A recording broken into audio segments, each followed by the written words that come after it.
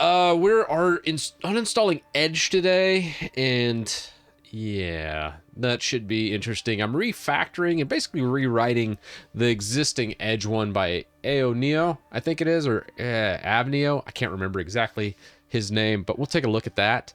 Some other things too, so it should be a fun one today. I don't know exactly what we're doing on that front. We got to test it in stock settings and also see how well I do on this. If you're unfamiliar with this, the script is pretty good, but it's done using a lot of aliases in command prompt, which kind of sucks. And the readability of the script is garbage, and he keeps changing the script, which also makes it problematic. So that's why I've wanted to refactor and also rewrite it all in PowerShell instead of command prompt. So that's kind of the thought process today. Hey, what's up, Goat Drummer? How y'all doing? Yeah, I tell you, we got some. It's a fun one today. We got a lot of really cool stuff. We'll see how well this works. Offhand, the last time I attempted this, it did not go well, but I think this time's going to be better. It feels like every single time I tackle something, you learn a little bit more and makes it easier. No matter what language it's in, when it comes to coding, your skills go to a next level, it feels like. The only software I pay monthly is an MMO. Which one you doing, Tro? What's your MMO of choice these days?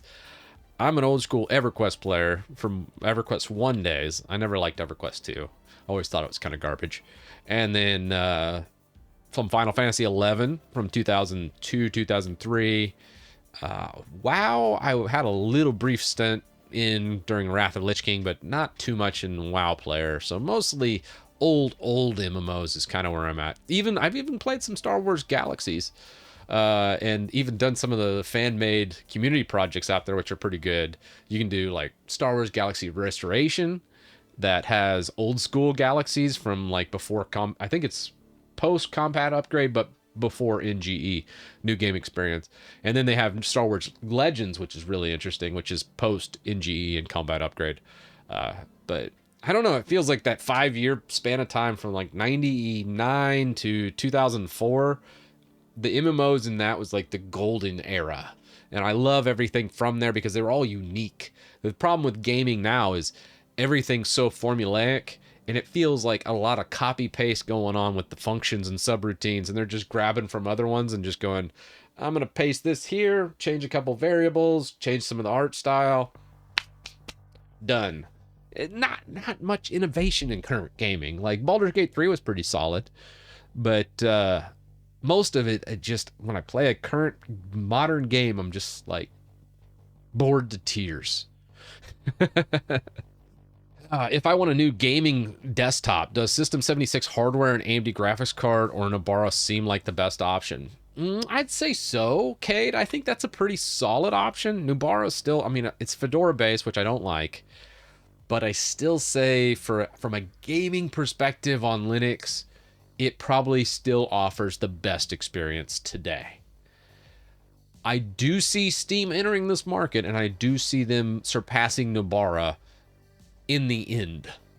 But is that this year? Is it next year? Is it 5 years from now? I don't know. But I do see Steam finally entering this space and just dominating when they do in the desktop realm. So that's my thoughts. I mean, yeah.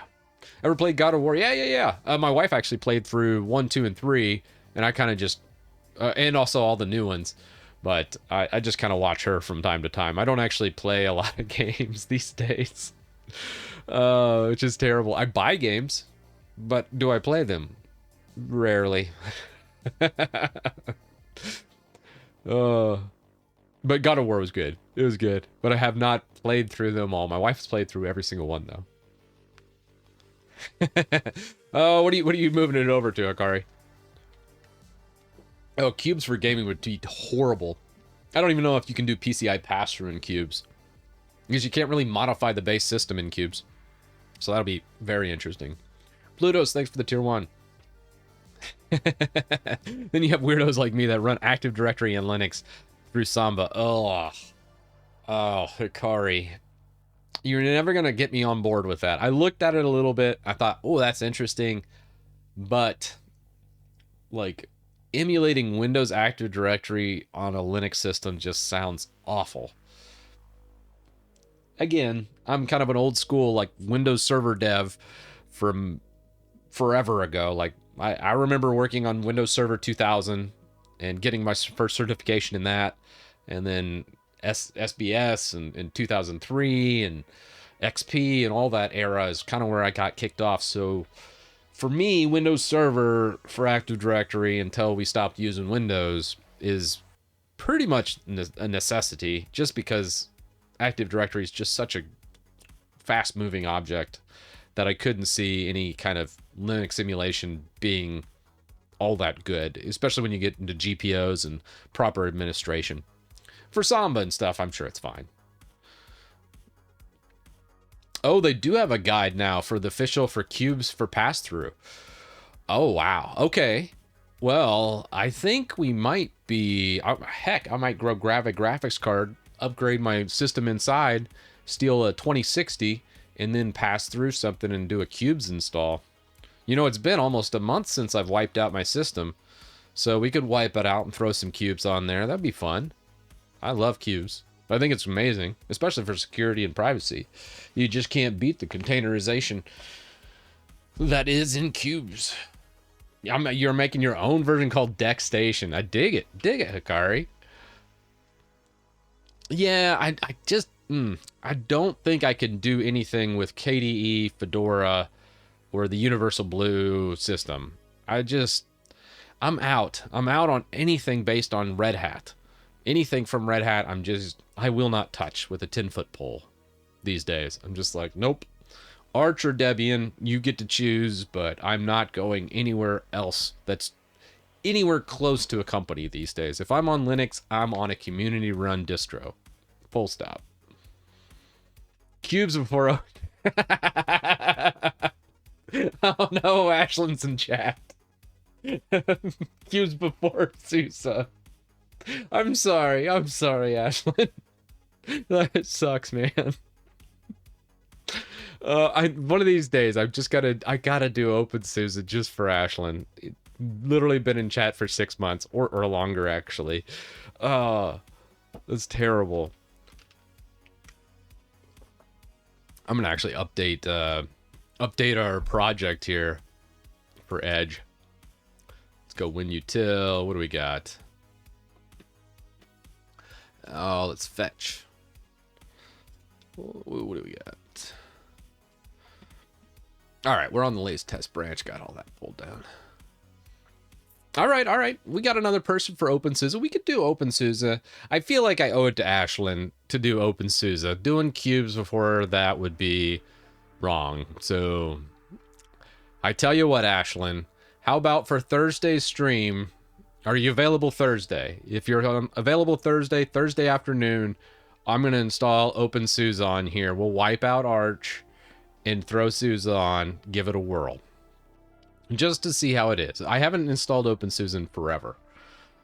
So I don't mind revisiting it. SUSE is the best, genuinely next to LFS or Gen 2. A lot of people have been asking for Gen 2 as well. All right. Thursday stream will do SUSE. Leap or Tumbleweed? I don't know. We need an LFS. Yeah, I could do an LFS stream too. LFS might be... I'll have to do some research for LFS, though. We could just jump into Gen 2. I've done Gen 2 before. It's not too bad. Most of the guides online are fairly straightforward. And let's see here. Let's go folder. Where'd it go? WinUtil. I wanted to show this script I've been working on. So Ava Neo made the original script here for edge removal. And this has caused some issues, and I've seen a couple issues pop up with the Windows debloat tool. So I wanted to do a PowerShell conversion and refactor and push everything into a more readable format, because this is my refactor and reprogram of everything, taking it from command prompt into PowerShell. So this is kind of what this looks like. If you scroll through, let's clear this up just so you can kind of see what my refactor looks like. Very basic, but well documented, kind of going through each one, saying, here's what I'm doing, here's what each command stands for, and make it to where anybody can take it, read it, do stuff with it, especially when it comes to Edge, because Microsoft is baking Edge in more and more every day. And when I was looking through the command prompt script by Ava, which is probably the best one out there right now, I was like, this is great, but it's unreadable. So this is the refactor I've done. We got to test it today. We'll see how that goes. Here's the batch file from him. This was just, it's using aliases and function scripts. It's emulating PowerShell through command prompt. I don't know why he took that approach. It's not a great approach. And then it's very hard to decipher and read it. And it took me almost an entire day to refactor and rewrite this stuff just because of how it was done. It's still an amazing script. I love what it does, but it needs to be better. And changing it from command prompt into a full-blown PS1 PowerShell is essential for any of this to work. And we do need to keep Edge WebView 100% unpunished. If we don't have WebView, we can't do Visual Studio Community Edition. I think we have some O365 problems, especially with some dependencies with other Microsoft products, and just some general breakages in the like widget system and other things that is dependent on that. So definitely on the agenda today, modify it, see if the PS1 script works. And in my PS1 script, we are changing, I think at the very top, I went ahead and had the variable change to also remove WebView. So that shouldn't remove WebView from a stock setting. Yeah, and Forza Motorsport is broken without WebView. It's weird. Like, why is WebView a dependency of a racing game? Super strange. Probably something with like the launcher or something like that. So strange. Yeah, WebView is required for anything using Windows' own framework for applications. Am I weird for using Edge? Yeah, you're weird. You should feel bad about using Edge.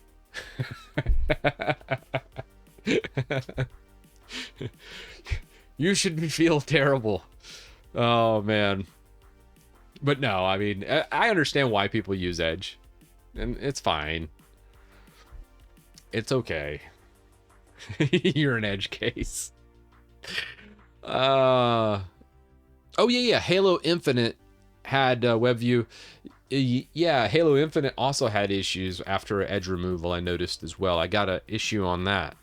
Very odd with how they baked in parts of that. Edge makes Chris sad, but Opera makes him mad. True. Very true. Well, let's give this a spin up. We're going to spin up a stock Windows and see what happens with our Edge removal script here. What do we have? Let's go. Let's just delete this one. We're not gonna use it. I guess let's use. Let's go Windows 11 first, and then we'll try Windows 10 after it. Let's see. Do we have snapshots? Let's revert this to original, because I don't remember if I reverted it the last time I used it or not. Cannot create anonymous paging file. Insufficient system exists for the... Oh, that's right. This is back before my memory issues. Oh, how much memory do I have? Mental note. Buy more memory. Stop being so cheap. All right, I'm using up 7 gigs right now. That gives me about 9 gigs of free space, I want to say. Yeah, 9.1 gigs. I guess we can go with...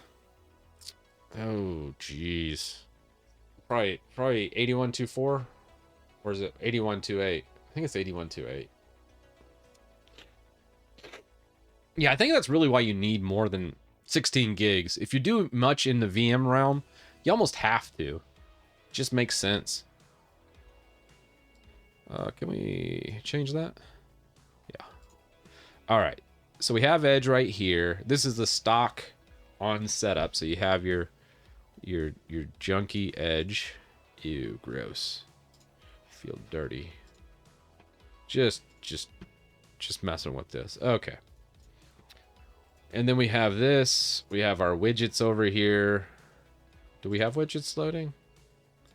Okay. Yeah, there you go. So then you got all your news to corrupt your mind. You got your web search that just throws random crap at you. You have your edge. Feel like I need to take a shower after opening this all this up. Okay. So we have all this set up. Let's run our script and see how we go. Yeah, RAM is cheap these days. I just need to not be so darn cheap. Do it. Let's go GitHub. Chris Titus. Tech. What is this? WinUtil. And what we're going to do is switch to the test branch. We're going to grab this edge removal PS1 script. We're going to go to raw. And then we're going to run it and see what happens. I'm curious to see if this errors out or not. So we'll run terminal. And we'll do an IRM. Paste that guy in. Let's see. Does this remove edge? It kills Explorer. Reassociates all the shell registry settings. Goes ahead and runs the setup uninstaller after removing the block in the registry, and then comes back after the uninstall. If we did this right, let's install Bing or Brave. Let's install Brave. Probably easiest way. Let's just use my script. Launch into it. Yeah, let's go ahead and use Chocolatey. Oh, that reminds me too. I do want to change Chocolatey so when WinGit fails, it'll default and do a Chocolatey WinGit install. Chocolatey does a fantastic job of installing WinGit, which is pretty hilarious. I have a fun... I think that's hilarious that that's a thing. Okay. Did that install Brave? That seemed too good. That seemed too fast. Did not. Really? Let's try to do it again. Sometimes on the initial install, you just need to do it twice. Nope. D4, thanks for the tier 1, man. Alright, so that did not work. Well, that's okay. We'll just do it. Coco install Brave. Still have some work to do on a fresh install. It looks like this problem exists in the latest Win 11. Someone mentioned that to me. Let's see what version we're on. We're on 22.621. What version are we on over here? And yeah, I'm on a newer version actually on this one. Okay. Then the test machine. All right, so we have Brave.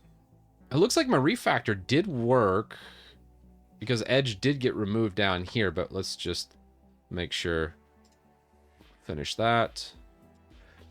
Interesting. Yeah, and they might be changing some of the WinGit stuff.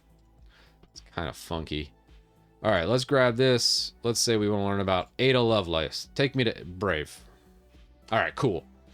My refactor did work, and so did my rewrite. So from now on, we're going to go all in-house for our edge removal because it leaves WebView, and I can properly maintain it.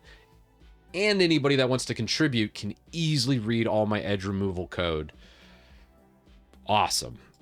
All the way around awesome.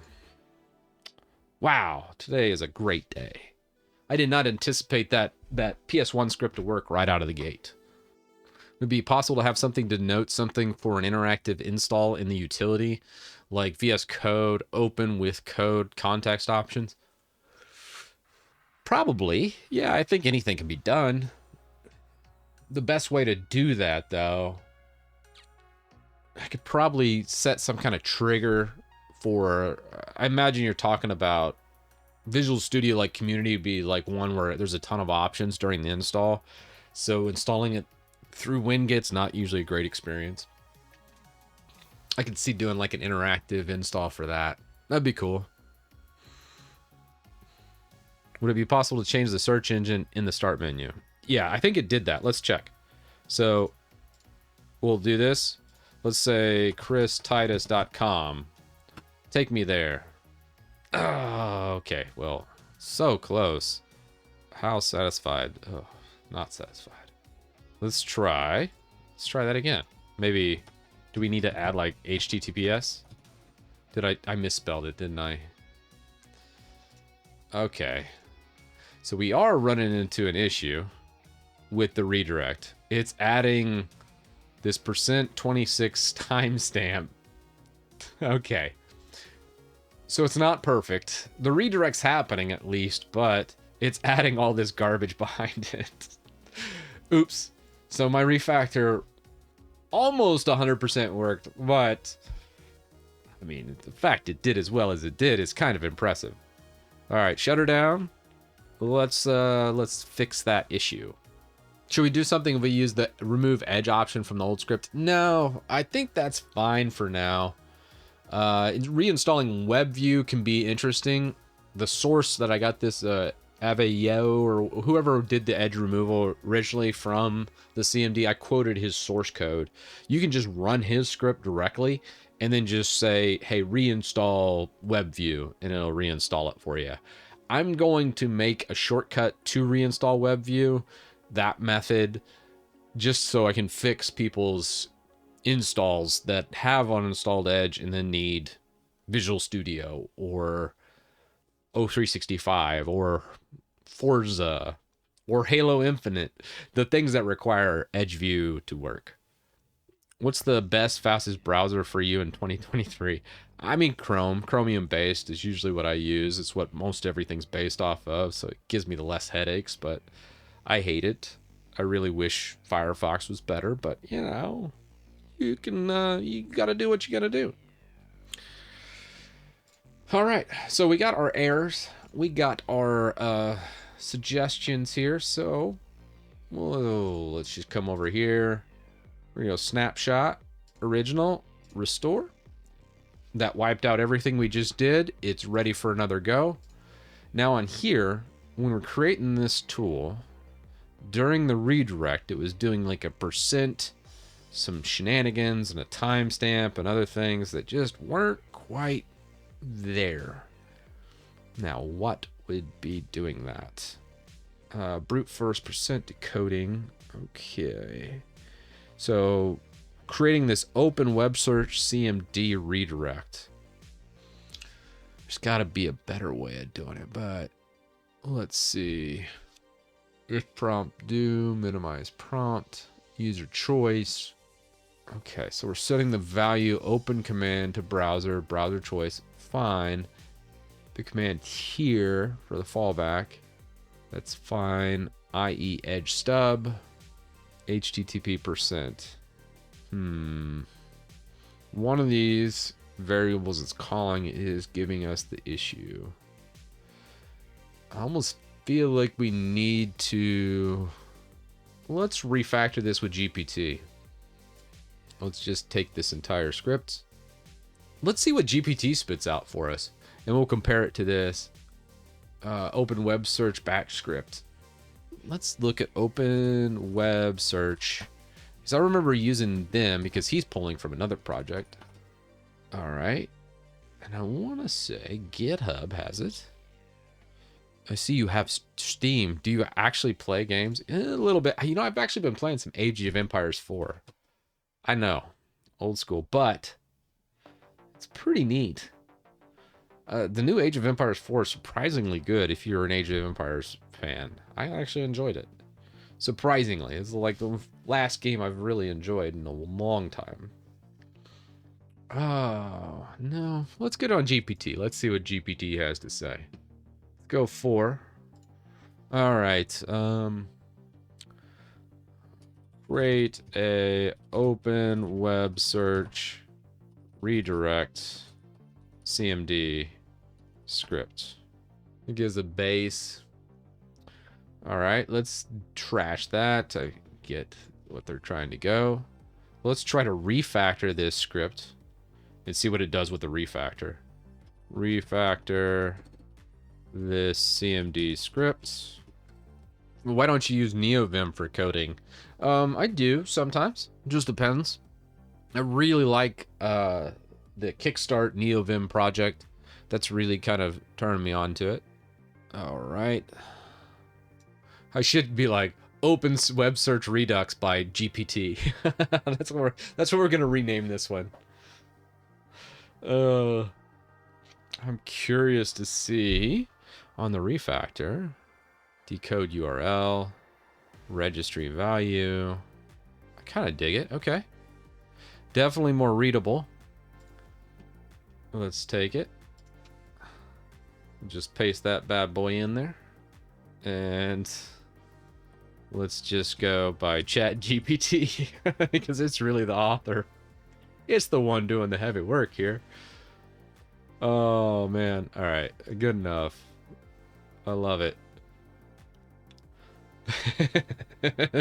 We'll see how many people actually read the comments.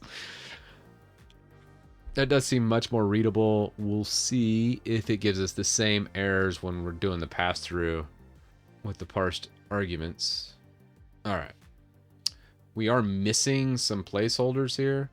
Parse arguments, process this, placeholder. So it's not actually adding the parse arguments.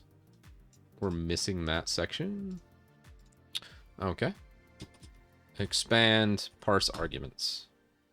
What is the best recovery tool for recovering data from a formatted BitLocker partition? Yikes. That's rough, man. I don't know, Joey. If you got an encrypted one, that's going to be near unrecoverable. I don't have a good answer for you on that. Maybe someone else in chat does.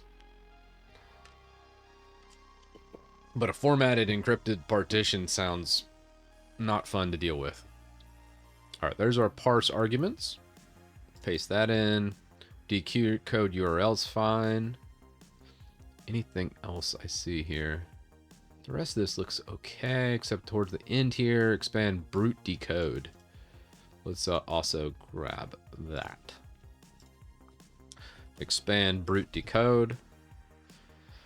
Maybe an actual data recovery lab would be able to do it. I've had to recover some businesses. The worst one I had was 15 years ago, working for Geek Squad. I was in the regional office, and we had a business technician break a RAID 5. Just straight up broke a RAID 5, reformatted.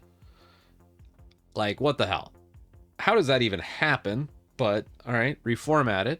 He thought he had all the data on tapes, backup tapes, but then he never even bothered to run a verification on the backup tapes. So, pretty much a really, really terrible scenario. And the business, it was a construction company. It wasn't, like, huge. It was only, like, 15 million annually. For the revenues of this business, but still, so a smaller construction company. It was still pretty catastrophic for them because all their data was on that server. And I had to take over that project. We bundled up all the drives, sent them to OnTrack in Minnesota. And OnTrack was able to recover about 96% of the data and get it back to us. We paid, this is like 2006. So these prices are not current. But in 2006, we paid roughly, I think it was around $10,000 or $11,000 for the recovery. And they did it in within 72 hours for us and got it back. And I was able to do a whole new setup and then import all the data from the recovery in usually about 24 hours, I think, on that job, and caught them all back up. So just to give you ideas on what that costs for a really expensive, complex recovery using, I think OnTrack's still around that you could use for data recovery. But Recovery Lab maybe, but I still don't think they're going to recover much on an encrypted formatted drive.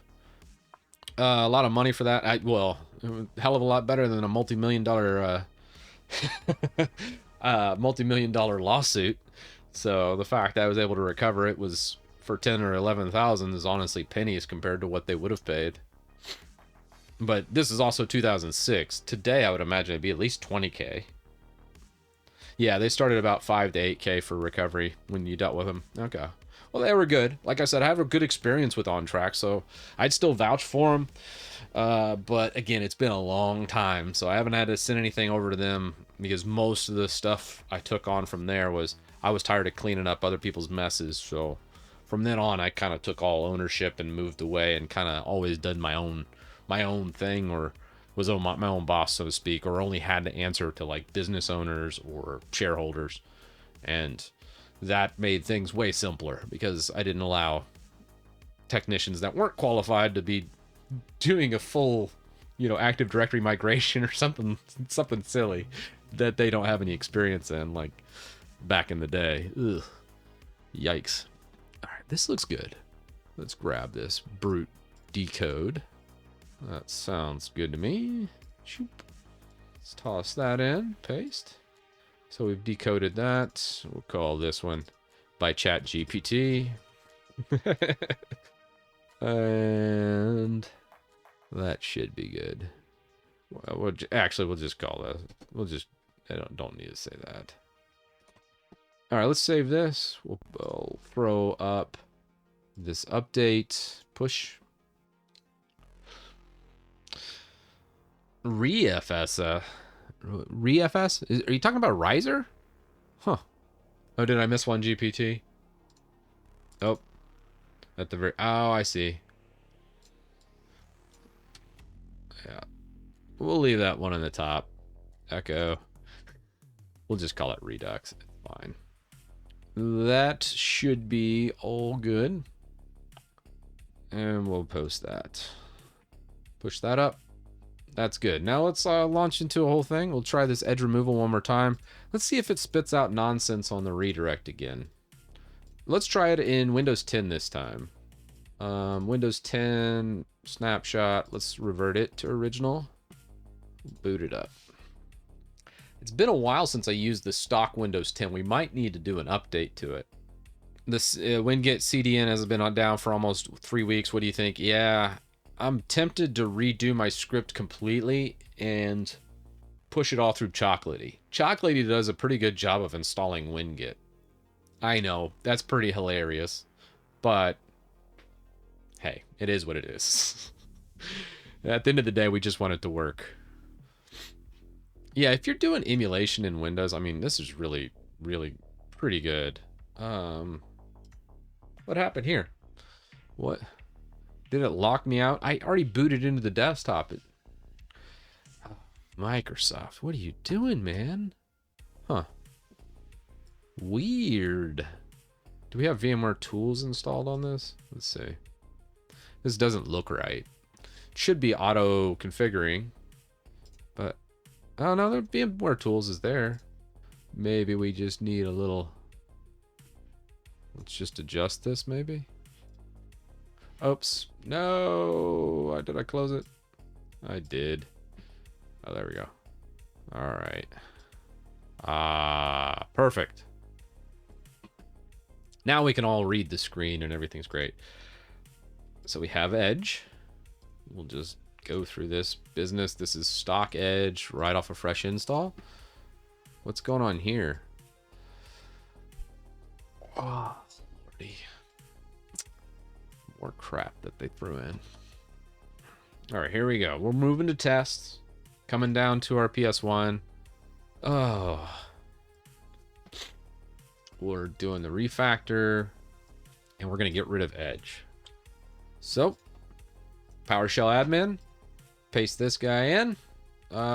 Oops, my bad. We'll do IEX. Go home. IRM. So that should shut everything down. Missing an AppX. It is Windows 10, so there's one dependency that's not there, which is fine. Relaunch. Might do a suppression on the errors. Maybe silently continue. It does look like it removed Edge, though. And let's see if our redirect works now. Let's go ahead and launch into Chocolatey. Yeah, I'm gonna have to change the the install. I'm not even gonna prompt for installing Chocolatey. We're just gonna install it by default because we do this. Okay, this is going to force a winget install. Let's see if this actually does the install of winget. Okay. Then we'll click install. Yeah, that worked. So it's still working for Windows 10, it looks like. Just something in the latest version of Windows 11 is blocking installing winget through that method. Interesting. All right. Now we have Brave on our thing. Let's make sure our redirect is working now. Let's say we want tips. Try the new Bing. Ew. Right? Nope. I guess it doesn't have any... What's some garbage that would be redirected to Edge? Like that. Does that launch into Brave? Does not look like it. Let's make sure Brave set as default first, though. Might not have launched anything because nothing was set as default. Let's try it again. Let's click on the lady again. Okay. There we go. Do we get a redirect? No redirect, so our refactor didn't work. Bummer. Microsoft, why do you make things so difficult? What happens if we just type christitus.com? Nah. Alright, we'll have to work on our browser redirect here. Let's see if we have default apps. It says it's under Brave, so that's fine, I guess. Edge is gone, so that's nice. Alright, let me think. How do we want to approach this redirection? Runbox, I don't think. Does that redirect from the Runbox? No. I didn't think so. You can do it from the search box like this, christitus.com, or if you do like christitus tech. But, so the problem with this is all these search results are forced or hard-coded to launch with Edge. So what we're doing is creating a fake Edge link. So it pretends like it's Edge, and then it grabs that URL that's getting redirected to it, passes it to the default browser, which is Brave, in theory. Right now, it's losing that handshake. So that needs to be fixed.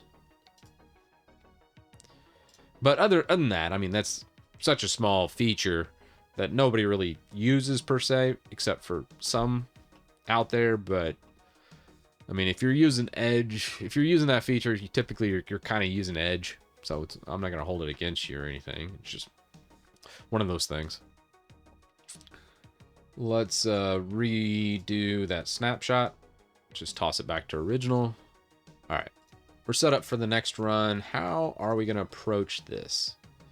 Where are we forgetting it?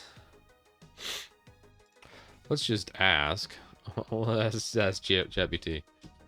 I want to redirect links from Windows 10 Start menu to use my default web browser and not Edge. What do you say? Edit group policy, blah blah blah. Yeah, I already set my default browser. That's not gonna work. Allow Edge to start and load tabs. Okay. Allow Microsoft Edge to start and load. Start new tab page on Windows Startup. Disabled. It's an interesting policy. So it's not going to give you the exact one. I see what they're getting at. No, you can't really do it that way, D4, just because of how it gets pushed. Because what's happening is it's opening Edge using a registry entry. So it's going edge.exe space the website address. And there's a bunch of arguments that happen in that. So you have to be able to grab those arguments and pass them along to the shortcut. So just replacing Edge doesn't work. That and Edge will get overwritten a lot too. Because Microsoft will see that Edge is not there and it'll try to reinstall it. I tell you. What is the best way to go about this? Let me try and think up a different way of doing it other than a refactor. We could just tell it this script is not working. Oops. Did it kill my session? Reload. All right, there we go. This is not redirecting addresses from the start menu, from the search menu, I should say. Let's see if ChatGPT comes up with a different solution. File association, we already set it to default. Script permissions, that shouldn't be an issue. Registry paths, we could check to see if one of the registry paths aren't correct. Your script lacks comprehensive error handling, so if any part fails, it might just silently exit or not perform the action. Okay. Let's add some error handling. Direct association with edge. Yeah, that's fine. Add error handling to script. All right. Gonna refactor the script with those error handling. Let's see how it does it. It looks like it's grabbing and setting a lot of the error handling. This might actually go through. Okay. I like that. So at the start of the script, I believe we can just grab this, copy it. Let's see what we have. So we're grabbing all this, changing it, fallback, parse arguments, decode, start, and exit. So now we have this. I almost want to leave echo on. Not that it would matter, because it should just flash up and go away anyways, unless it does a pause. But I kind of want to see the commands it's issuing. Yeah, it's fine. It's fine. All right. I'm going to say add error handling. You can see all the if statements for definition. Not really changing anything here. All right. Let's push it. So this one I totally anticipate us failing at, but at least it'll give us a little bit of a hint of what's happening. Reminder to self. Save this. Let's update this machine. I'm tired of adjusting this every time. This stinks. Oh gosh. All right, let's just continue. It really wants a Microsoft account. It's not happy. Let's see what we have for our settings. Updates. Let it grab some updates here.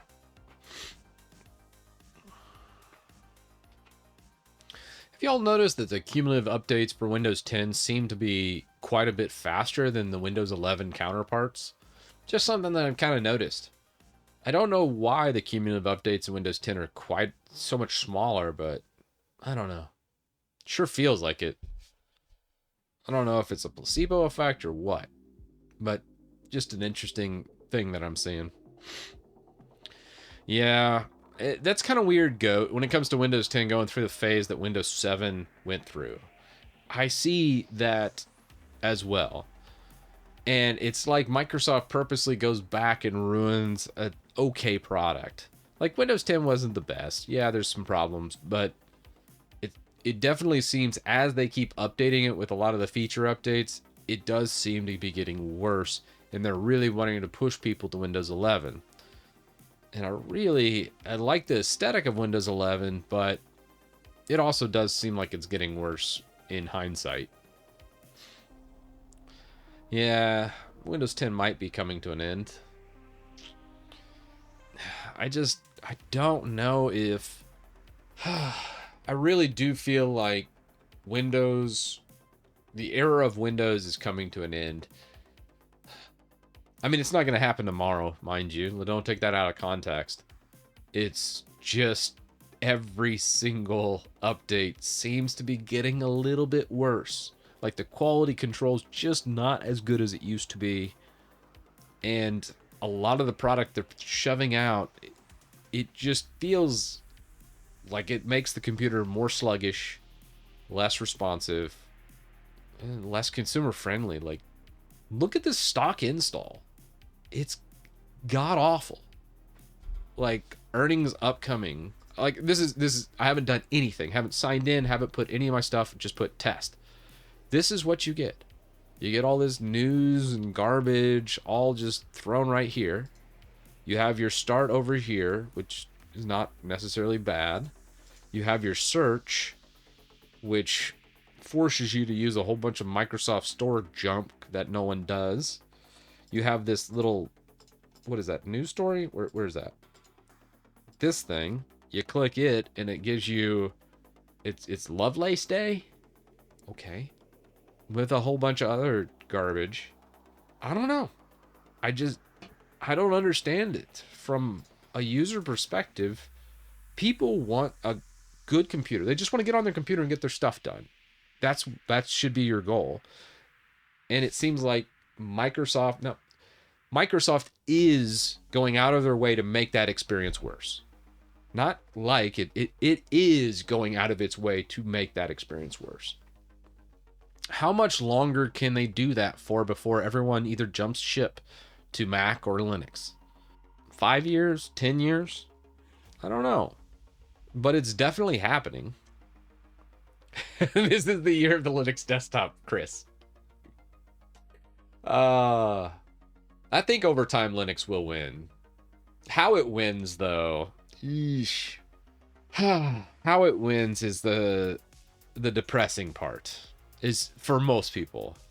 How I see Linux taking off and winning is winning the gaming share. Obviously, that's going to happen. A blind man can see that Linux will eventually win the gaming market share. The anti-Linux crowd, whether it be Epic Games, Call of Duty, Bungie in Destiny, or Ubisoft games, which already suck. Those are like your holdups, right? They're just gonna be left to the wayside. Eventually, more people will get on there and just not buy those games and be like, "Oh, it's those games, not worth getting because they're not on Linux." That'll happen once we have a consumer desktop out of the gate, whether it be a Steam machine or something of that nature. Looking at what they did with the Steam Deck, now I know people are like, already, that's pie in the sky, Chris, you're crazy.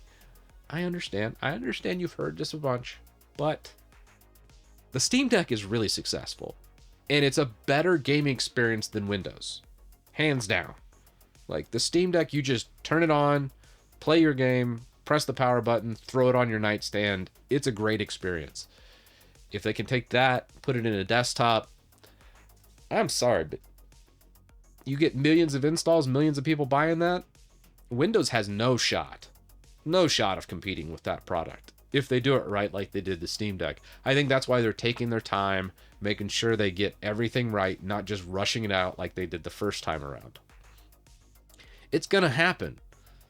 That's gonna happen. So the gamer side of things, I think of a lot of traditional gamers that just, hell, there's some gamers that play on console just because all this Windows shenanigans has literally soured them. They're console gamers not by choice. They're console gamers just because they don't want to mess with the PC side of it. Those people will get brought over into a Steam machine easily, and they will love it. It'll spend half as much money and have double the performance than their console counterparts. That's going to be pretty cool. But for the more advanced users that really use their machine for a whole bunch of other stuff like myself, I'm the hard person to get. I'm the hard person to convert because there's so much more I do on my computer than just play games. That's the tricky part. Oh no, let's see. We got a YOT. What is this? God bless the person that made that site. YOTLD. The year of the Linux desktop is upon us. Only 82 more days to go. I love it. I love it. Oh, gosh. It's just beautiful. I saw someone asked about like Atlas and some of the deep load out there. The problem with a lot of that stuff is you have to modify so much the core of the system that you'll run into dependency issues. Same with my debloat. I run into it all the time, like Halo Infinite, Forza that we were talking about with the web view. There's a lot of stuff like that. And it's hard to anticipate what games and what dependencies Microsoft's going to throw at us in the next month, much less year. And that's the trying part of debloating Windows. It's such a moving target, which I'm thankful for. Mind you, it gives me something to do and it's free content for me. I love doing this as much as I bitch about it. It's fantastic. But yeah, it's a huge moving target. It's never going to be a reliable, like perfect, rock solid install unless you don't update, which then you're vulnerable in security, and yeah, there's a lot of other things that go into it.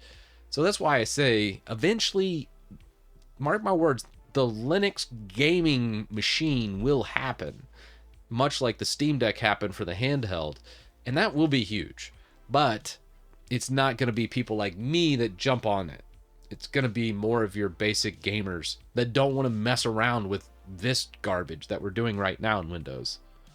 They don't know Windows that well. They just know most of their games play on it when they hit the install button, but they have a gajillion launchers. They have all this garbage in the start menu, the search box, the little lady in the bottom here, and then high winds coming soon with a whole bunch of news stories that they didn't ask for. They just want to play games. And a Steam machine obviously fixes all that. So those are the target users. That's the next adoption phase. And then your advanced users like myself are the final ones to go. But it is a dream. But that dream is getting closer every day. And every time we get another Windows update that is just awful, which they are on a roll. It's not Linux or Steam or Valve or any of that that's pushing Linux adoption. It's Microsoft. Microsoft is pushing users to Linux. Whether they intend to or not, that's what's happening. I should do a video on it. Eventually I will. Yeah, that's the tricky part, D4, is making the SteamOS on a normal PC that works as good as on Steam Deck. That's the most difficult part because there's so many moving variables. With the Steam Deck, you know the CPU, you know all the drivers, you know all the little gotchas. That's the main issue. The only way to solve for that from a company standpoint is to not release it to the public in a general release. You release it in an OEM release that says, hey, only this type of hardware should install this edition.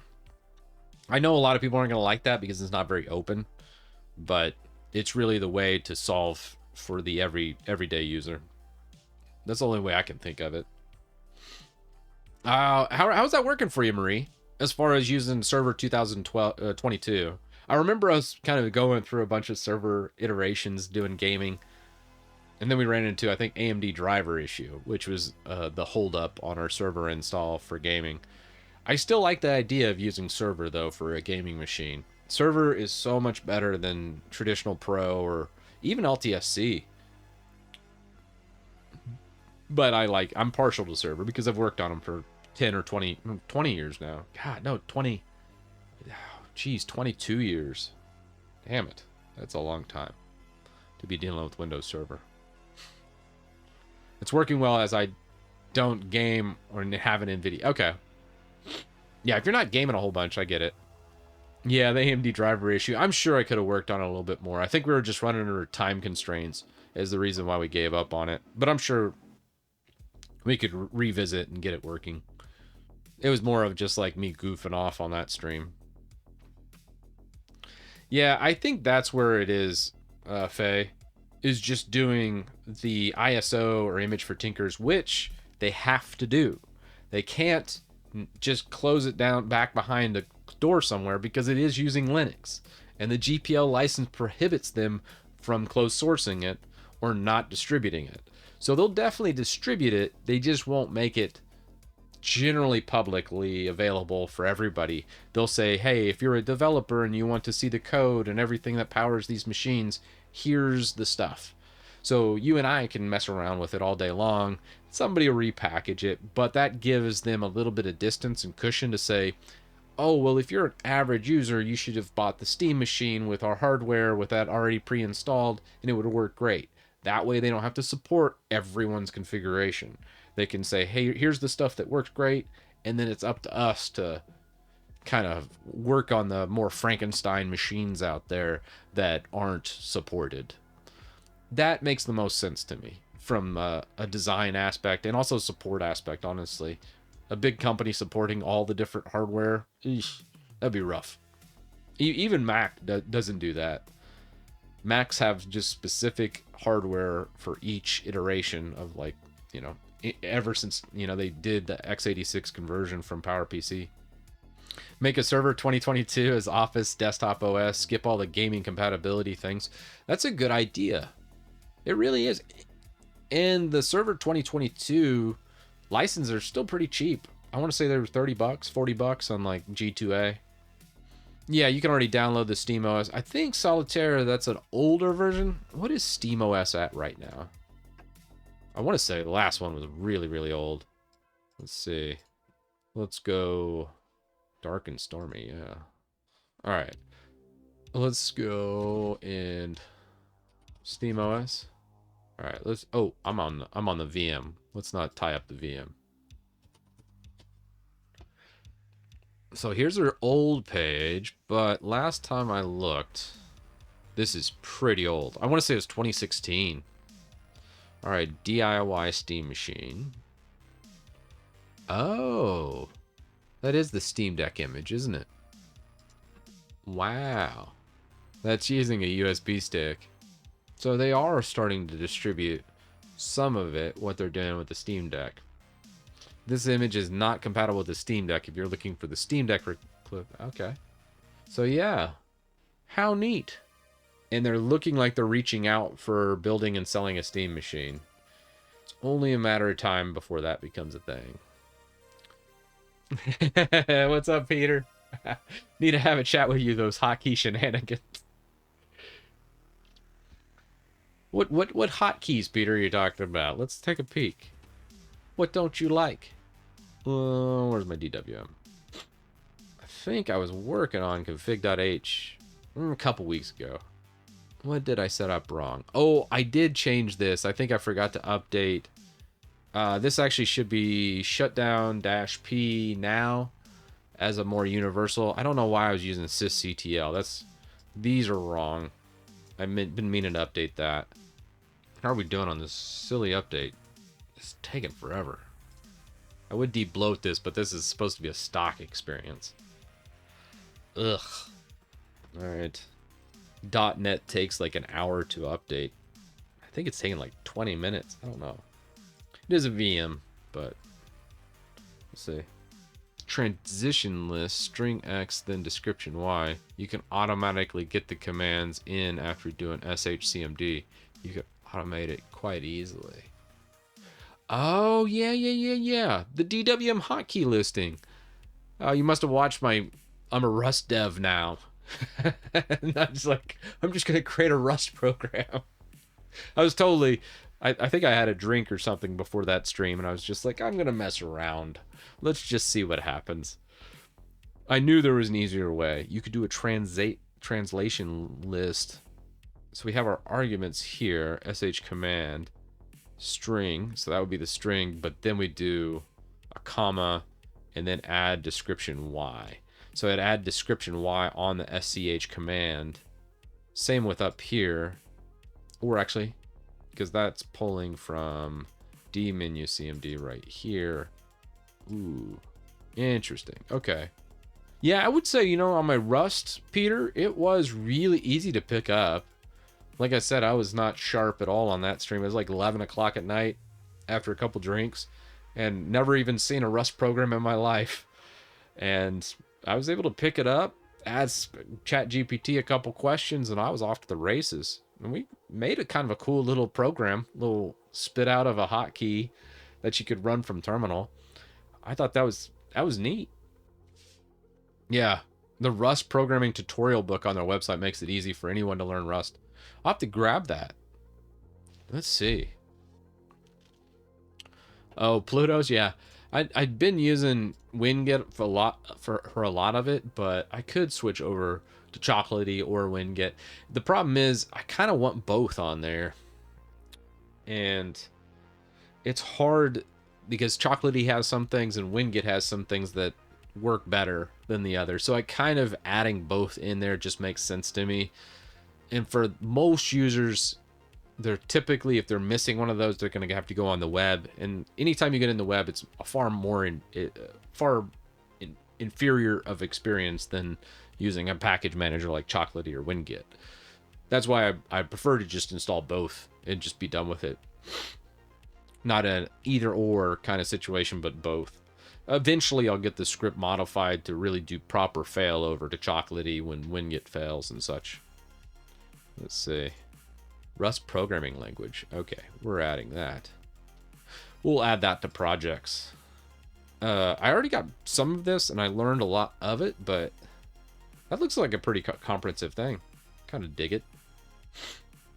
Anatomy of what I should have read this prior to, but I wanted to kind of have a fun experience on chat and just throw up a base program. But reading this on my off time would be fantastic. So thanks for letting me know on that, Peter. And I'll look into the description thing and listing hotkeys through a sh command. I don't know what the translation list could automatically get the commands in after sc. Yeah, I'll have to take a look. If you ever find any stuff on the translation list for the descriptor hotkeys, let me know. That'd be pretty cool. Come on, do something. Do something, Windows. Are you... Oh my god, why are you so slow? It's Windows. It's not a bug, it's a design. Anyways, yeah. That's pretty cool. I still need to update all the Arch Titus stuff and get my DWM script going on Arch Titus. Probably eventually do KDE and other stuff too. It's just, I don't know. Been slacking lately. I know. I think there's a part of me, Peter, that just says, I really think that Windows, it's like $1 trillion company. There has to be someone up there that just says, let's fix this and make it run better or faster. There's really no reason for it to be as slow as it is. So of course, I naturally think maybe this time it'll be different. You know? It's like having an abusive relationship and you just keep going back to the abuser expecting them to be different.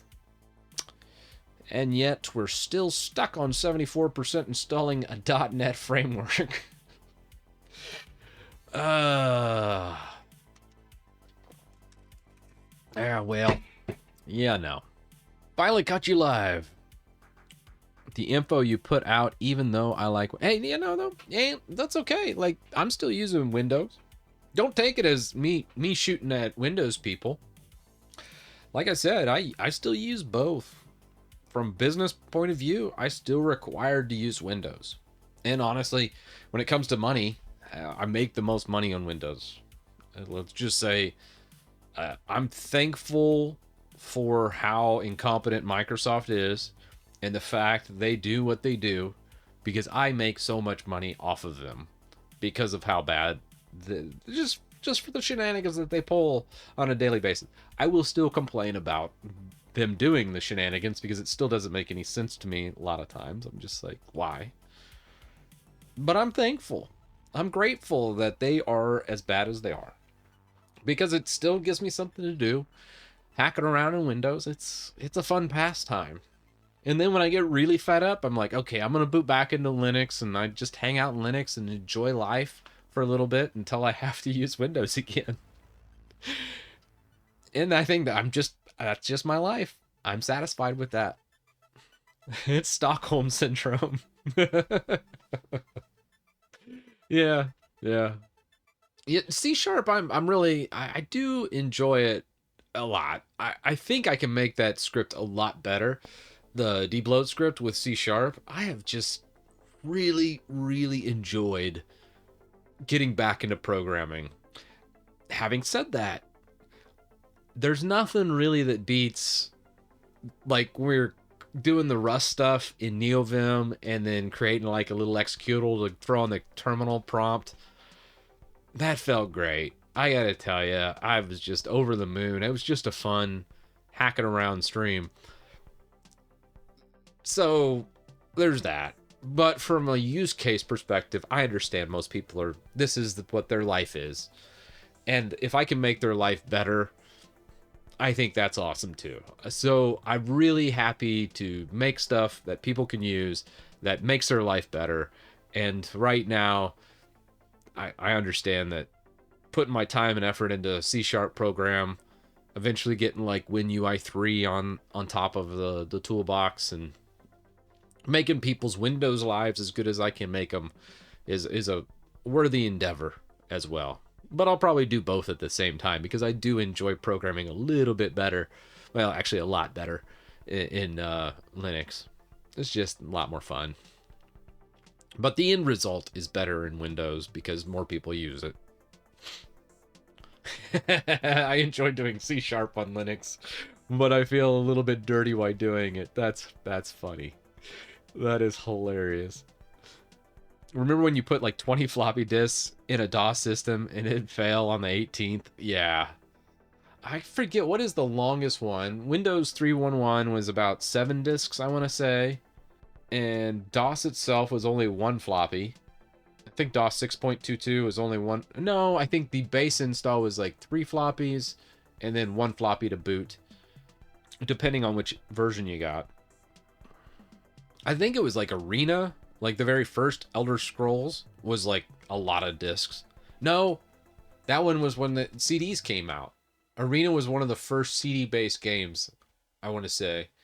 It might have had a floppy to launch, but I remember it was one of the very first CD games. Yeah. I think that's the beauty, is that you're always in the terminal.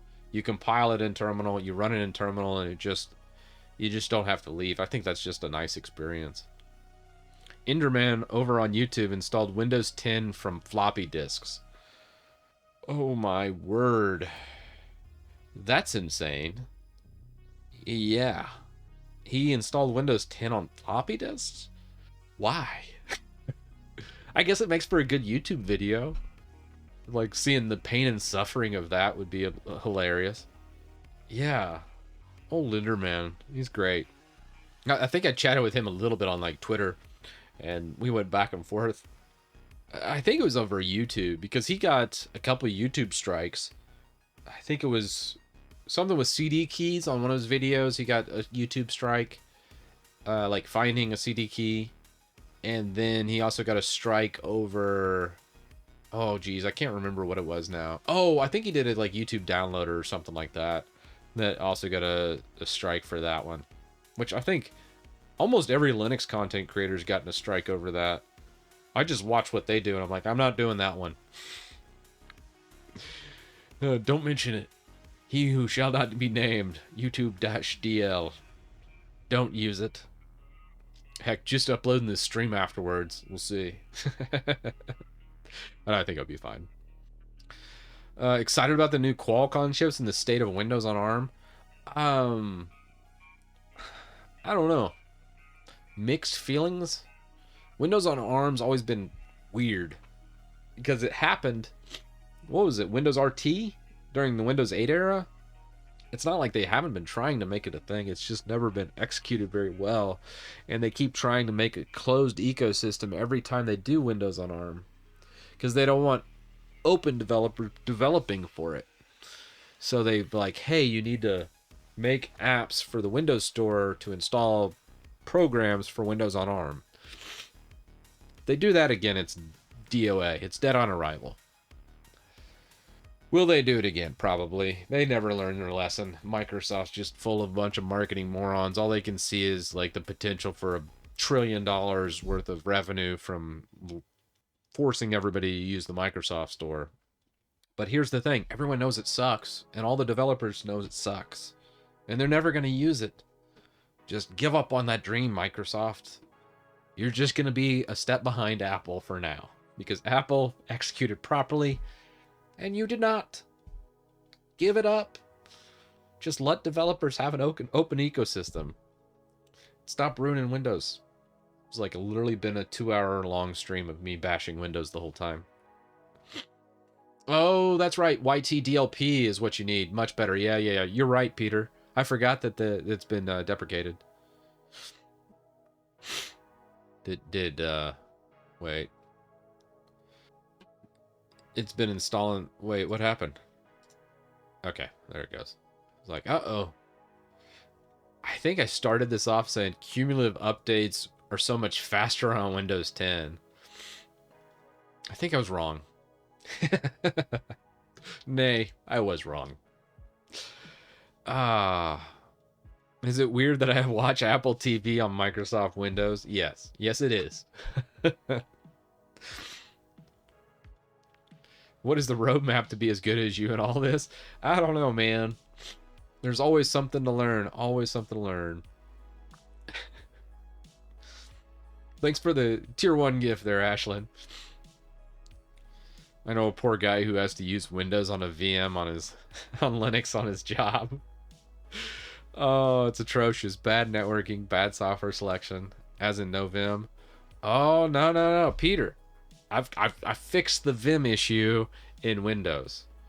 So what I do, let's see. Let's take this. I'm gonna do this on the next video. Let's see. What do I have? Oh, I forgot. NeoVim. How old is this? Yeah, it's pretty old. Okay, we need to reset this up. Oops. That was the wrong install. My bad. 1 second. This is such the more bastardized setup than you've ever seen. Alright. Already exists. Scripts already exist. Symbolic. Oh, the symbolic link's not going to work because I'm not an elevated prompt. 1 second. I shall fix it when set up. All right, now that should work. Now if we go Vim, 1 second here. Perfection, right? Oh, we got to compile my tree sitter. 1 second. Unless my compile stops. There it goes. Like, this shouldn't be taking that long. Come on. Then we should have Vim at the end, I believe, for the Vim script. All right, perfect. Oop. All right. Let's exit. And then when we relaunch, shoop, we got my Vim, my NeoVim. Perfect. Got all my stuff here. Got my projects, which I don't know if... Let's see. Let's go into NeoVim. Vim. Quit. And if we do, like, init. Like, this is my new one. Oh, what do we got? Failed to load parser Lua. Not a valid Win32 application. We got some Windows errors. That's okay. Am I missing anything from here? It says Lua is loaded. Might need a relaunch. Minor bug. Let's relaunch. It's not perfect. It still is better in Linux. Couple red errors, but you can safely ignore most of that. I might need to make an exception on Tree Sitter for Windows. But needless to say, working mostly.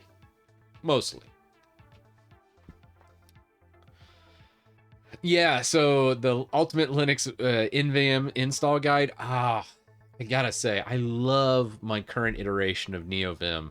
I've slowly taking... I don't know if you've done this yet, if you're a Vim fan in the crowd. I absolutely love... Oh, hey, we finally finished the cumulative... Oh my gosh, that took forever. All right. But check out this. Kickstart NVim. This guy is amazing. I probably mentioned this to you in the past, but this is one of the devs for NeoVim. I think it's TJ, and he does a great job of like laying out the base, like LSPs and all the cool stuff that you need to make it awesome. And then everything just works. So it's set up properly, and then you can make your modifications where, like, if you go lazy Vim, NV Chad, Lunar Vim, all those like in Vim distros, so to speak, they almost do too much and they're hard to customize, where this just kind of gives you the base stuff that everyone wants, and then you just tack on your little stuff to it. So I took this project and then kind of added my custom flair to it and my own customizations. It's so good. I want to make a video about it, but I just keep adding to it, and I'm like, it's not ready yet. Just need a little bit more time to bake. That's where like a lot of my projects are right now, where it's like I just need to work on a little bit more. It could be a little bit better, but I should probably just go ahead and make this video. I think I probably will, because I'm like 99% sure that this is pretty much there. Probably will keep making edits to it, but my goodness, it's really good right now. Oh yeah, no, for sure. Windows is going to be slower for Vim in plugins. I'm just happy I'm able to do most of the Vim stuff in Windows Terminal. It's definitely slower, but it's not unbearable. I mean, you're already in Windows. You know you're going to suffer some, so you might as well make the best of it. So I just I'm okay with that. It is a lifetime's worth of work to get it perfect. I think I should just release the next video and then get comments from what I did wrong. That's what I love about the YouTube NeoVim videos. Anytime I make them, I always get like the stuff pointed out. Oh, well, you need to get this plugin, or you should have done it this way after looking at my code. And it's so great. So I think now that I feel like the base and foundation of my NeoVim's like really good. Do a video on it, see what's wrong with it, see what I can improve even more, and then I'll reiterate it again. And I think, so it's time for a video. Next video I make this Friday, we're going to do a NeoVim video, or Saturday, depending on when I can make it. All right. This is looking much better. Let's shut this down and do another snapshot.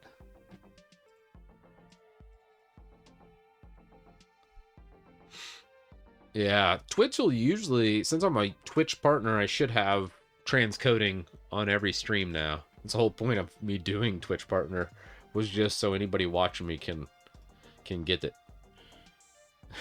Classic Windows, it won't shut down. True. All right, so that's original. Let's go snapshot manager. Let's take a new snapshot. Let's say 10. Let's go 2023 1010. Updates. Okay. So now we'll have this for our snapshot. And I think we did all that just because we wanted to try... Oh, the error handling on the PowerShell script. I forgot the whole point of the stream. I've been squirrel the whole last hour. Have you tried, Peter, of ditching systemd and doing like initd? You could do that. Oh, stream offline. Huh. What is people not able to hit the stream from christitus.com? That was from last stream when we were messing around with Twitch embeds. Ah, no. It's working. Look at me. 720. Cool. All right. Well, that is neat. Let's test our script over here. Actually, I think we can just launch the script again. Oh, no. We gotta pull that up. So let's go github.com, christitustech, winutil. We'll go to the testing branch and edge removal PS1. Let's see what's wrong with the script. We'll grab our raw script. We'll launch into admin. All right, paste that in. We need to do an IEX, do IRM. All right, this kills Explorer, shuts down, adds our registries, runs the setup uninstall after removing the block that Microsoft put in, and then strips out Edge. So Edge is gone. Now, let's just do an install of Brave. And right now, I could do it through the GUI, but then it's installing WinGit and everything. Yeah, I'll just do it through Chocolatey, just to make it easy. Sparky, what's happening, man? Morning. Enabling dark mode. The reason why, Sarah, the top is still in that light font is because I wanted it to match. I know it's a feature, not a bug. Look at me pulling out my Microsoft card here. Uh, the reason for that is because cttstore.com has a white header, and I wanted it to match. So when you go between the two sites, it's not that jarring, no matter what mode you're in. It's kind of silly. I don't necessarily have to do that, but I don't know. I feel like it's better that way. Just me being silly though. Probably should just change it to all dark mode. Okay. We have a Brave set up. That's our default browser.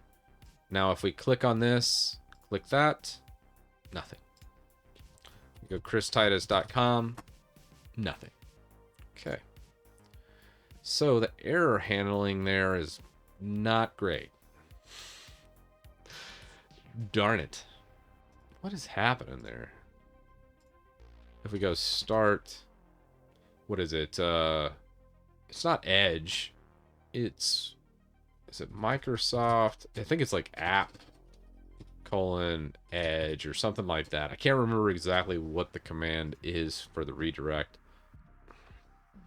Found a bug on my Steam Deck. I had installed Citrix Workspace. Here we go, Citrix on the Steam Deck. First I've seen that. Having to protect it after an update. I had a problem where my Steam Deck didn't show anything.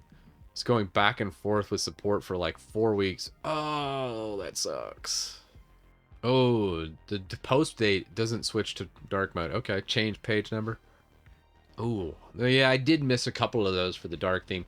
Sarah, I kind of did a hacky job of instituting dark theme, which you're finding out.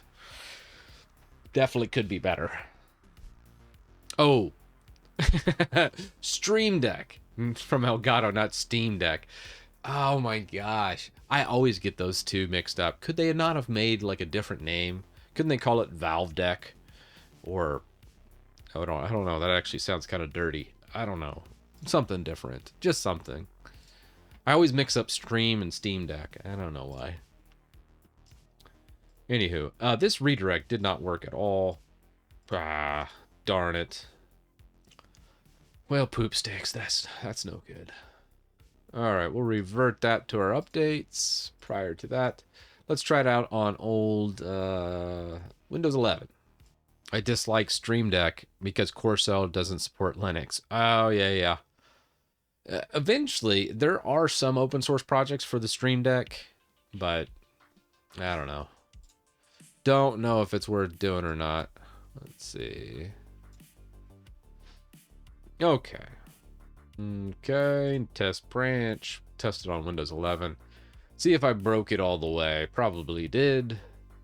Just gotta find a better way of redirecting. I guess I could just leave the old script, but it didn't quite redirect properly. I think I'm gonna leave it as is. But let's test this out. Overall, this was a smashing success. Like, I worked an entire day on this PS1 script. So to see it work as well as it is right now, I'm pretty happy with this result. What happens if Edge... Let's leave Edge open in the background. Let's see if the script accounts for that. I'm pretty sure I put that error check in, but it's probably worth doing. IEX. Let's just send that in. Look at that. Look at that. It's like I know what I'm doing. Hot dog. Boom. Goodbye, Edge. Perfection. All right, so Edge is gone. What happens if I click it? Nice. It just deleted the icon on click. Cool. I love it. Let's install some Brave, shall we? And we'll just do chocolatey. We'll just do another chocolatey install of Brave. Set it to default. See if we get any redirect. I don't think the redirect's going to work.